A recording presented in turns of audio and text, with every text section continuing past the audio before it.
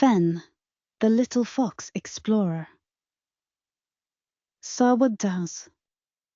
In a quiet forest, there lived a little fox named Fenn. He had soft orange fur, bright eyes, and a big dream. Fenn loved looking at maps. He would trace the lines with his paw and wonder, what's out there?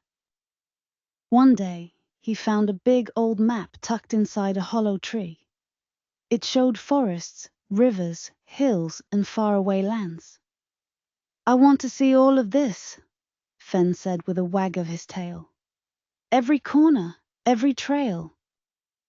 He packed a tiny bag with snacks, a water bottle, and the map. "Oh, be careful," he whispered. Mama Fox kissed his head. "Be brave, little one. And remember, one step at a time." Fenn started his journey at sunrise. The sky was pink and gold, and the air smelled like pine. He crossed a wooden bridge and waved to the squirrels. "I'm off to see the world," he called. First, he reached the big rock shaped like a bear. It was just like on the map. He drew a tiny star there.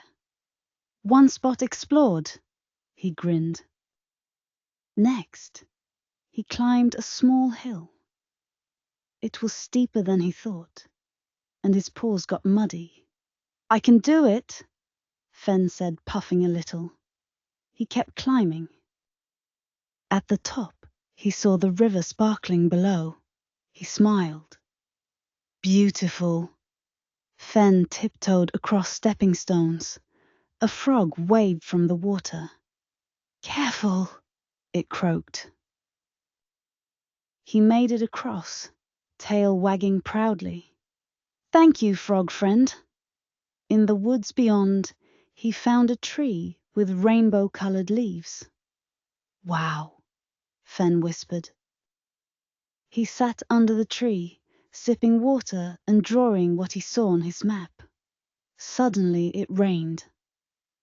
Big drops fell fast. Fenn ran to hide under a log.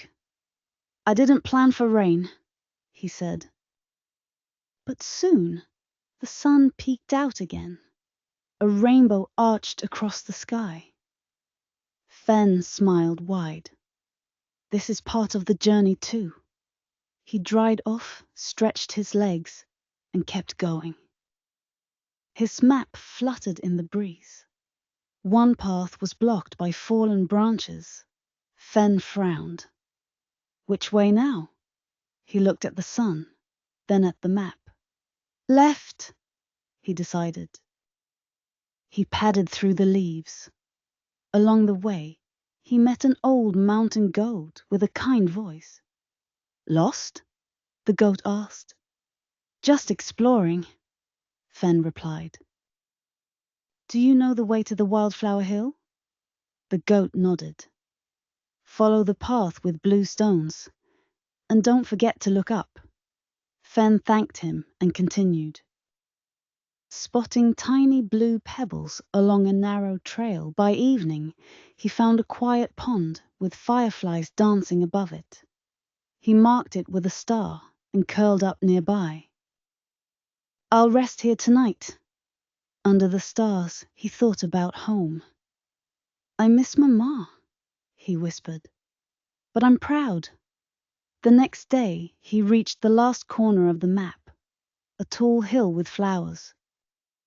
Fenn stood at the top and looked around. Forest, rivers, colors, all behind him. He pulled out the map. It was full of little stars and drawings. "I did it," Fenn said softly. "I saw it all."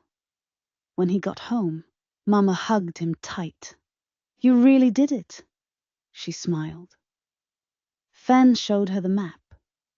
"Every place I visited, I marked with love."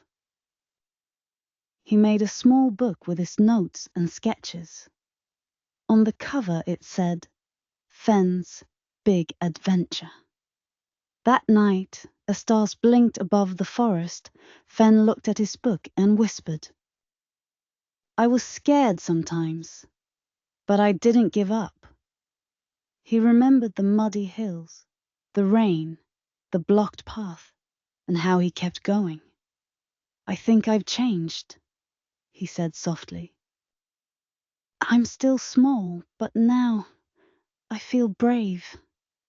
Mama kissed his nose. "That's the magic of adventure," she said. "You find new places, a new strength inside you." From that day on, whenever something felt big or scary, Fenn would smile and say, "One step at a time." His forest friends listened to his stories and asked, "Weren't you afraid?" "Sometimes," Fenn said, "but being brave means going anyway." And so, the little fox who once only dreamed of the world had become an explorer, a storyteller, and a brave heart. And sometimes, when the wind rustled the map on his wall, Fenn would close his eyes and get ready for his next journey.